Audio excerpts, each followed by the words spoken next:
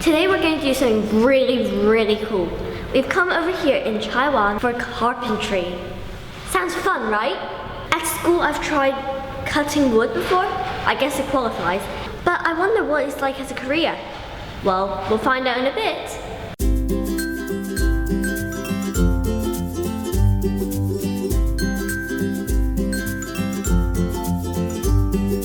Why have you brought kids over here to experience carpentry?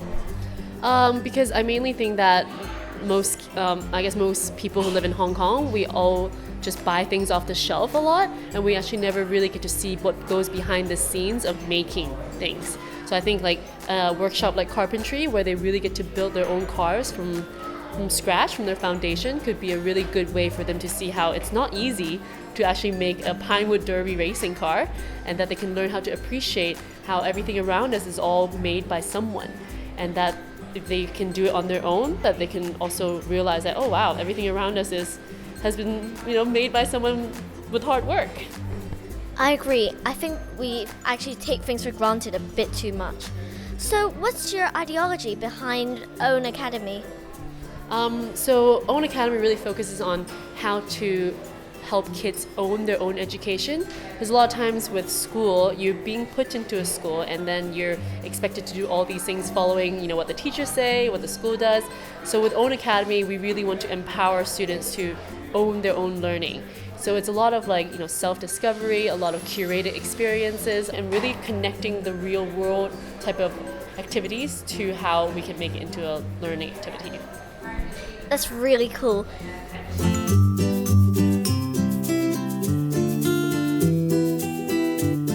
They're just going to get started on drawing and cutting out the profile on the big block. So they're shaping it. There's some really cool designs, including someone who wants flames to come out of the back of one.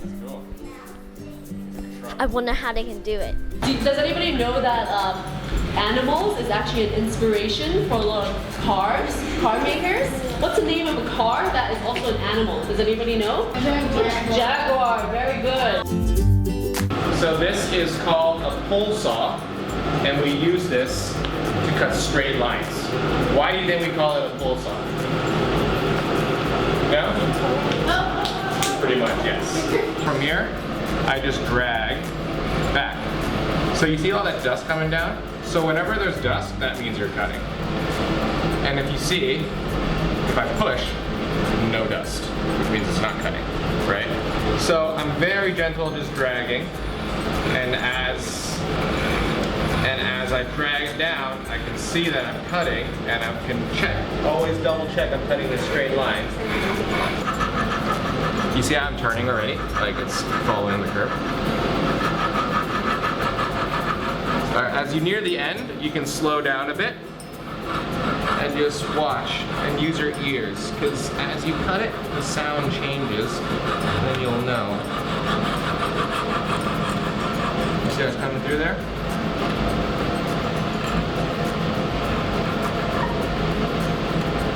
There you go. So, depending on your design, you'll be needing different tools.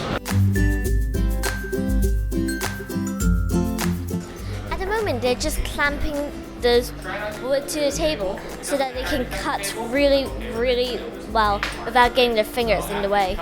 How is it going? A little bit of hard work. Is the hard work worth it? Probably. Maybe. Good luck then. Well, this place has been making a lot of really cool stuff in their workshops and classes, like these benches that they've made with adults. They also made these for a different company to put cups in. Before, I thought of carpentry as quite exhausting work. Seeing my brother snap a blade, spend hours chopping off this much wood, but it actually looks really fun.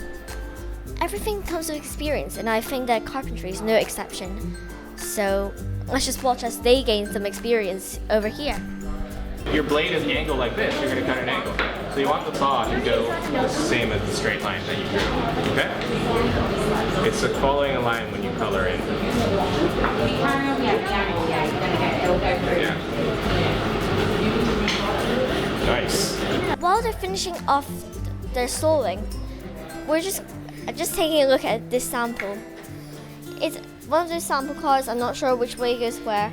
I suppose it's this way. They use wood glue over here to put the pieces together, and they nailed this bit on. And some people are just starting on the wood glue. They're using it a bit like butter. Do you see? That's wood glue. They take it, spread it about, and smear it onto their piece of wood.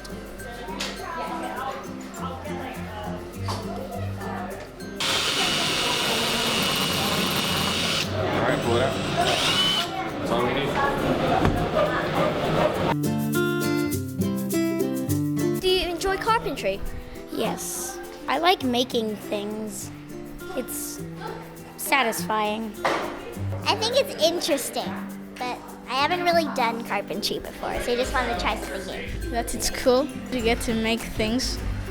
Why are you joining this workshop today? I just find carpentry interesting, and I also take a design class in my school. It just gives you an opportunity to be creative. To learn new things. To find out what I'm passionate about. Oh, that's great. Has this workshop changed your mind on carpentry or anything? Yes, it has actually. I used to think that carpentry was just like hard work, boring stuff, but now I think that it's like fun and it's an experience that you might want to have. The race is about to begin. This is the final race. Now they're putting their cars to the test.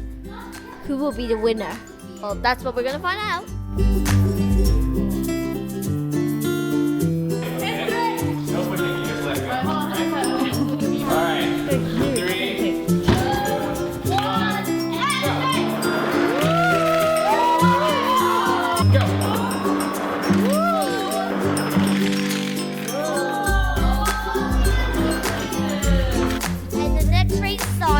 A really thin one and a mouse.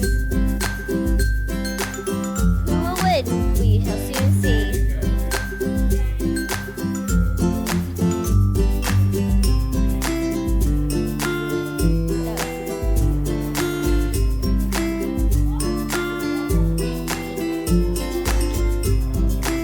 Well, that's the race is over. Turns out that the thin, weedy one likes to win a lot, while the huge ones tend to be slower. I've just got a few questions to ask you about carpentry since you're a carpenter. First of all, what do you do on a regular basis at work? Well, actually, my real job isn't a carpenter. Woodworking is more like my hobby. It's what I was trained in when I was studying university. I do graphic design and branding, but because I was trained in woodworking, I bring that into my job. So at times like working today, I get to teach people how to do some basic skills, but really it's just my hobby. That's really cool. So what's the pros and cons of carpentry? I think the pros and cons of carpentry is, the pros, obviously, you get to make things. You get to turn raw materials into actual products. And the process of being a designer and being able to know how to make things obviously makes my job easier because I have a better understanding of things and better understanding of projects. The con is it requires, I wouldn't say it's a con, but a requirement is it requires a lot of time and patience, and you have to practice. Or else you can't be good at it. You know, you can watch all the YouTube videos you want, but unless you practice, you will never be able to learn those skills. So it's the time and the patience that's required that would be a consequences that you need to have. You know. Even with these little problems, what drives you to carry on? Being able to make stuff and just really love doing it, and that's really the key of what we all do here. Is that's the only way you can continue to pursue these really tedious things, is you have to love doing it. Definitely. Yeah. So, do you have any advice for kids who are interested in carpentry? And if so, where can they find you? My advice would be learn as much as you can. Now you can learn anything off of YouTube or Skillshare. There are some carpentry masters that have been doing this for 70, 80 years, and they have YouTube channels, and they teach you from the very basics to the most advanced. So absorb as much as you can and be open to information.